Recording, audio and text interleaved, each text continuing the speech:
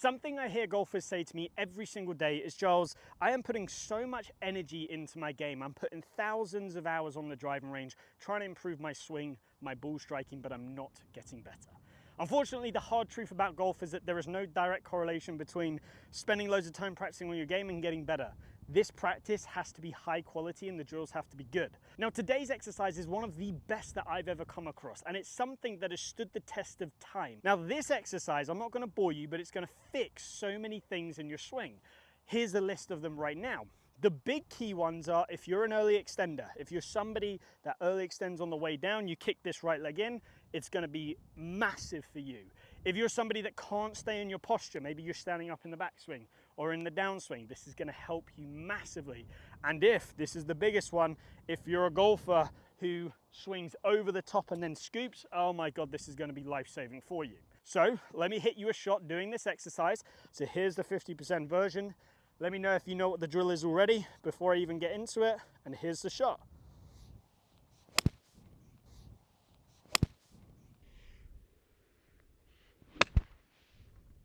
Now, as you can tell from that exercise, this is the split stance drill. It is used by so many golfers and golf coaches around the world, tour pros as well. I'm going to take you through how I like to get my players to set it up. I have different cues that I give golfers that I think resonate better with them, so I want to pass those on to you. The first thing we're going to do is grab an alignment stick and a golf ball.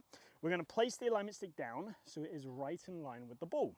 Now, in this situation, hypothetically, we're going to try and place this alignment stick as close as we can in the middle of our stance. I know some of you play the ball a little bit more forwards. That's absolutely fine. For the A-time that I have here, we're going to play it roughly in the middle of our stance. So, get set up for this absolutely normally, how you normally would. So in this situation, this is kind of my normal setup for an A-time. Now, we are going to move the right foot and the right foot only. The first thing we're going to do is take a step back. We're then going to take a small step in and we're going to flare the foot. Now in this situation here, I've roughly got my foot flared to about 90 degrees. If this puts any pressure on your knee or your hip, just underdo the foot flare. Now before we finish up the setup element, because this is really simple, we're going to do two more slight adjustments. One's with the right leg, one's with the left leg. We are going to straighten the right leg and allow that left leg to bend. So where does it look like my weight is now as I get set up to this golf shot? It's in my left foot. And that's exactly where we want to be. Now the first question a lot of people are going to ask is, Giles, you're aiming towards the big oak tree over there on the right. Here's the thing. Shoulders control swing direction, which therefore controls club path. Feet play a much bigger role in rotation. Now what I'm going to do is just give you some small cues for the backswing. So we're in our good setup position right here. The first cue is our weight. Now you can use one of two cues to help you with the lower body. Just pick one, just pick whichever one's best for you. But number one, the first cue is either keep your weight in that lead foot, and more specifically the ball of the lead foot throughout the whole backswing. Or number two, let that trail hip turn over the white alignment stick. Now you only need to think of one because both are going to achieve the same outcome. They're both going to get you in a position at the top to where your pivot's in a really nice spot. Now the second cue is going to be to do with the hands, the arms, the club. Now so many golfers out there are getting into positions where they're picking the club up because they can't quite turn their hips. They end up getting disconnected, arms go up or arms get very, very long and loose and it gets very messy. This exercise, I just want you to feel like you're swinging around you. Really nice small cue. So here, weight stays left, could be your first swing thought. Arms swing around you with your head staying over the alignment stick. If you do that, notice how number one, I have beautiful shoulder tilt. Number two, I have beautiful hip tilt, knee tilt. I'm in a position to where my weight's in a great part of my left foot, which is setting me up for the downswing. It's fixing things like standing up, swaying off, reverse pivoting, and most importantly, it's getting this swing plane around me, setting me up to hit the ball from the inside, hit a beautiful push draw. Because this is a little bit more of a draw by straw, let's be honest.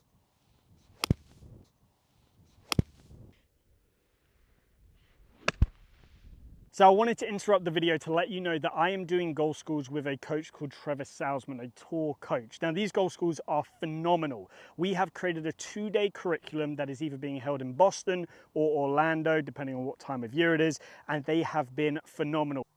First cue, is, again, we'll start with the lower body.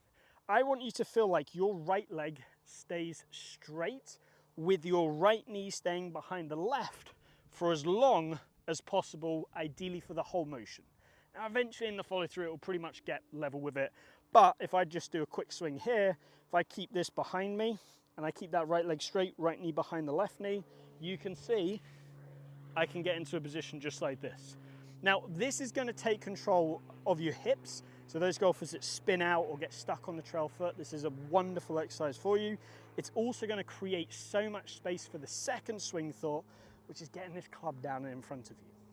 Now, the real sort of, I guess, market for this drill, if you want to say that, is golfers that number one early extend or golfers that number two swing over the top. Now, this is going to help you with both of those because number one, if I'm in this position, it's going to be very hard unless I kick this right knee in, but then you haven't kept that right leg straight. It's going to be very hard for me to early extend and I'm going to feel it straight away. And number two, with this being back here, I can get my arms coming down on plane and I can fix that horrid over the top slice. Now, here's your key thought. How do we generate speed? And this is the second one. We do it through the arms. The arms. We're pulling the arms down and past the golf ball. Why past? Past because if I get my hands past, I can deliver sharply. They're the accelerator. If you do that with nice loose wrists, guess what's going to happen? Wow, you get that float loading effect, you get that lagging effect, and look, you can generate that divot that's well past the ball. So, right leg straight, so right knee stays behind left. Arms are the accelerator, get your hands down and past the ball. And again, that alone might be all you need. But if you need just that little bit extra cue for the follow through, here it is. In the follow through, you're going to feel like you push up with your left leg, finish with your hands wide away from you in front of your chest. That's it. So if I give this a whack right here,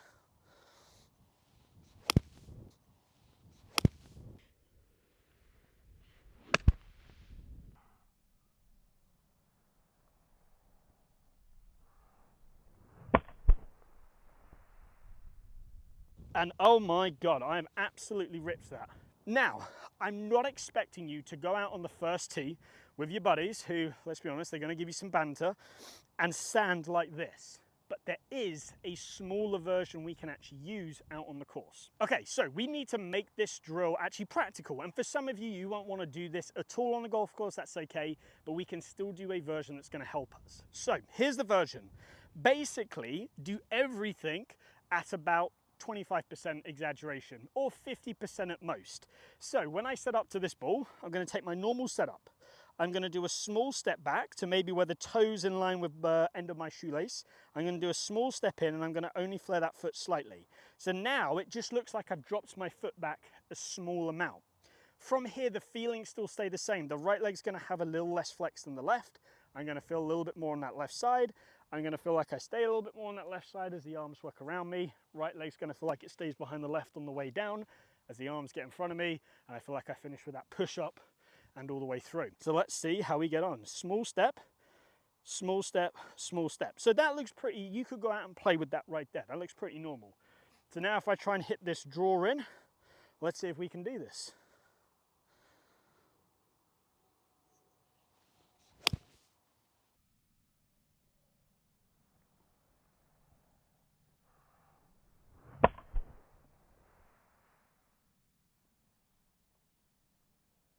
So what I would say is you can very much play with this version of the 50% or 25% or just whatever you want to call it. It could be your on-course sensation. Let me go show you this with the driver. So I've got the big stick out and we are going to try this now with the driver. Now for me, I'm going to go straight into the one that I would use out on the golf course. Now I naturally hit a draw off the tee. It's my favorite shape. I feel it a lot more comfortable than actually with the irons. So for me, this might create a little bit too much curvature, but heck, I'm going to do it because I need to for the video. So this is a really tough driving hole. We want to start it at the oak tree that we can see all the way in the distance, and we need to draw it off to match the shape of the hole. If we hit it anything to the right of the oak tree, we're in trouble. So started on that, draw it off. So for me, this is my normal setup right here. Small step back with the trail foot, bring it in slightly, flare it slightly. Left leg's going to have the knee flex, right leg's going to be a little straighter. Again, it's nothing crazy. I maybe feel 55, 45, maybe 60-40 here, which isn't necessarily the end of the world. But the key thing for me here is obviously the downswing for my swing, getting the club across me, feeling like I can fully release it from there. Let's give this one a whack. At the tree, draw it off. Let's give it a hit.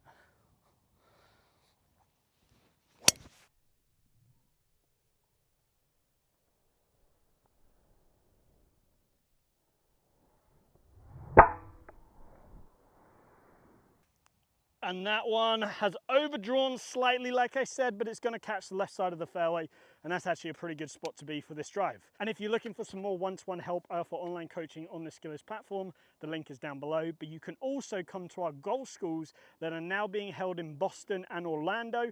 If you want to find out more information, I'll leave a comment down below. Check out my website. It's with myself and Trevor Salzman. 2 days of complete ball striking heaven. You will improve. Everybody that's done it so far has improved. It's been an absolute blast. I'd love to meet you in person.